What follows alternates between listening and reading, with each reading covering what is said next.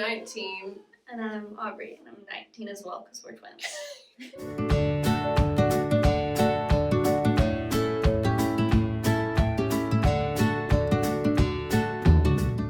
I have cloacal, we both have cloacal exstrophy, yeah.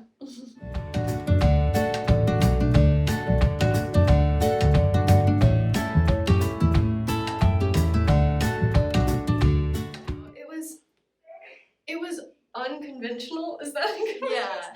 I don't know. We mostly ignored it, but we went to Baltimore. We used to see Dr. Gerhardt, so we would go to Baltimore like 2 times a year and eat really good fudge. So there were some benefits. There were definitely. It was a really great fudge place in the mall at Baltimore. I don't know if it's still there, but it was trying. I feel like growing up with like cloacal exstrophy, I grew up faster than most kids, which is good and bad, you know. But I definitely, at like 7 years old, my aunt saw me like sorting out all my medicine and stuff, and she's like, "You're so responsible when you're only like 7 years old." It's like, kind of had to be, so.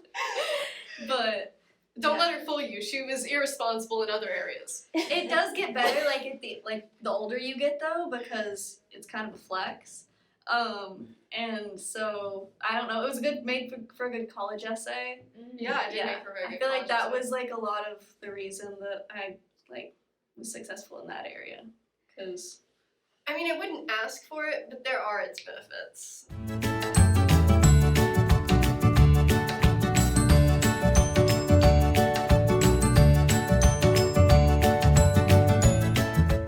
like whenever we went to school, I think, you know. Okay, like kindergarten. I didn't really, like, I knew there was something different whenever I was, like, 4, but I never really considered it being, like, a hindrance until I was probably about, like, 13.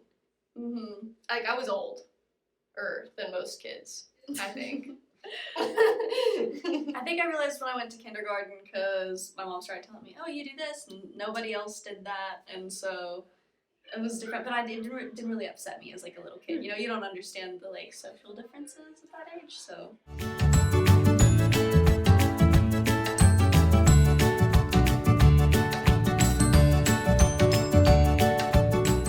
Last summer during the pandemic, I only waited that long. I would have done it in high school, but we were in volleyball and we didn't want to have the whole recovery process during when 2 days would be going on. So I waited through high school to. We started getting like really serious about doing it in middle school though. Like we knew it was imminent. We just were like, oh, we're gonna wait till volleyball's over so that way we can be competitive and whatever.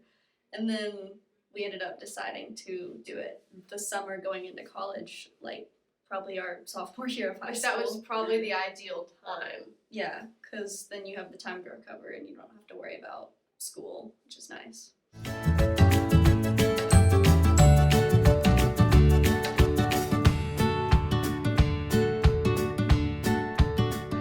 So we did volleyball from the time that we were in 5th grade. I love it. I'm a ref now. But we played club, we did school. I was back row and hitter. She was a setter. I kind of played everything but setter, wherever coach put me. But we had a really good time. But I was just telling Dr. Kropp, because I haven't got to go play volleyball with a whole group of people since I had my surgery because of coronavirus and stuff. But now everything's back at like my college and people go to play together. So I'm very excited to go play and jump and move without the issues. To answer your question, we played volleyball year-round for 7 years.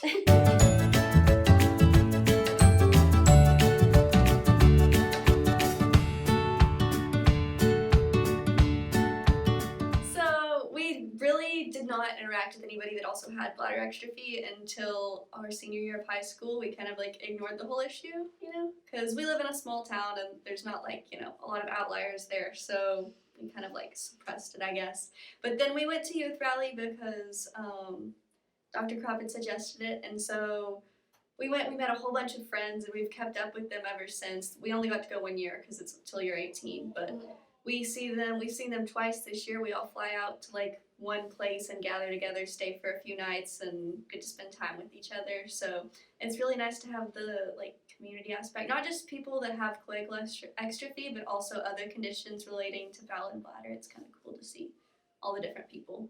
It's really fun. They're like some of my best friends. Yeah.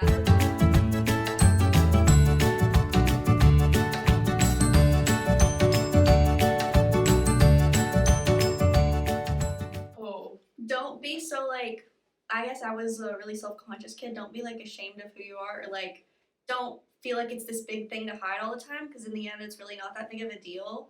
And nobody really cares about it as much as you do, even though you may build it up to be this big thing in your head. It's really like nobody really cares as much as you think. My advice is go to youth rally. Yes. If you can. Go to youth rally if you can. There's like, and it seems expensive, but there's like scholarships they'll give you and stuff, so it ends up not being that bad. You just have to talk to people about it. So. It's really fun. But definitely go.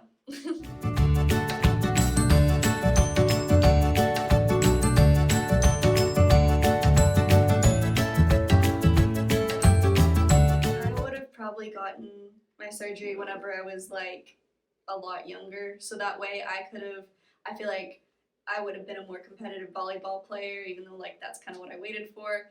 I feel like I would have, working out is like so different. I don't know how, I didn't expect that to be that different, but I like enjoy it a lot more now. It's not as straining. So if I could tell my younger self something, I'd be like, do this earlier and don't worry about it. I wouldn't have.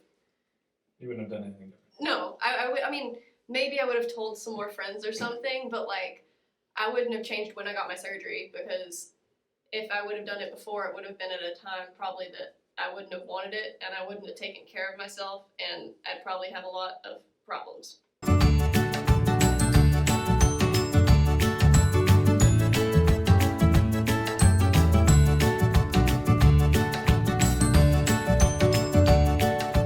Very important to trust your doctor, which I trust Dr. Kropp completely. He's the coolest.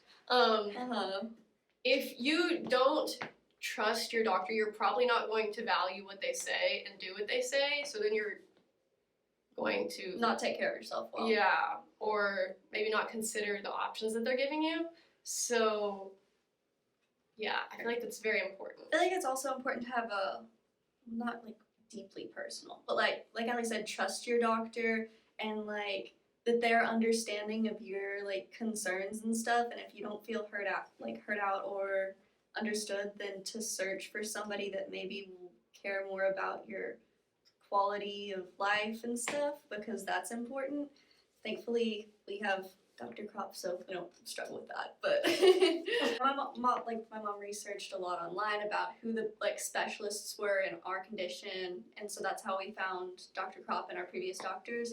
But also, like, just whenever you go in to meet with a new doctor, be sure you like tell them of your goals, like what you want out of it, because then that you may not get exactly that, but you're more likely to get it. But they can't help you reach your goals or like be able to do certain things if they don't even know that that's what you want.